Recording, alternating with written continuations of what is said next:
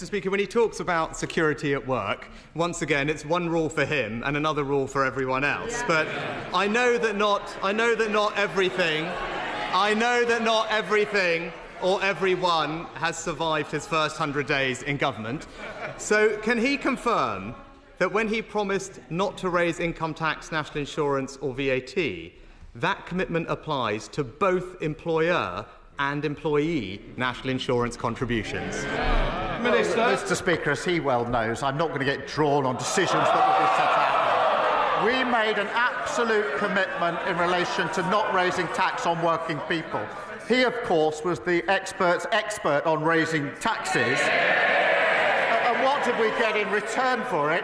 We got a broken economy, broken public services, and a £22 billion black hole in the economy. We're here to stabilise the economy, and we will do so. But I'm not asking, Mr. Speaker, I'm not asking about the budget. I'm not asking about the budget. I'm asking specifically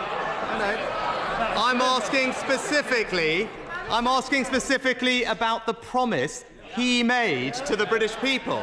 So let me ask him again, just to clarify his own promise. Does his commitment not to raise national insurance apply to both employee and employer national insurance contributions? We set out our promises in our manifesto.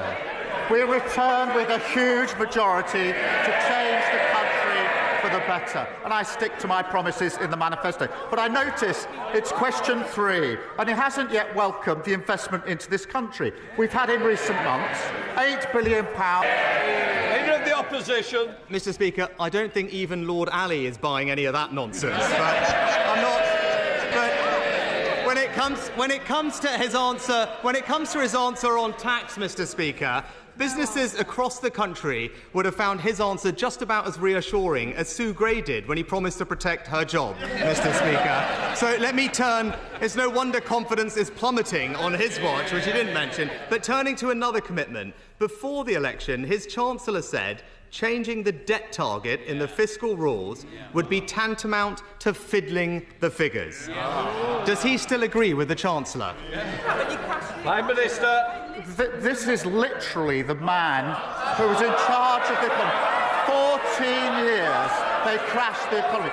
And what did they leave? A £22 billion black hole in the economy. Mr. Speaker, as the Institute of Fiscal Studies have said, it's hard to escape the suspicion that the government is attracted to this change because it would allow for significantly more borrowing. Now, his Chancellor previously said that this change, and I quote her words, would be fiddling the figures. So it is a simple question. Does he still agree with the Chancellor?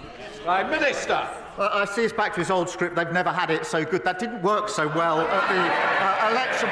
Might be time to change that. I'm not going to get drawn on issues for the budget, just as he wouldn't when he was standing at this dispatch box. But meanwhile, we're investing, we're building the NHS fit for the future back on its feet. Mr. Speaker, it is clear he's opened the door to raising employer national insurance contributions, including on pensions, and fiddling the figures that he can borrow more. And he talks about what he's achieved. Well, economic confidence is plummeting, growth is now stalling, and the UK's borrowing costs are rising on his watch, Mr. Speaker.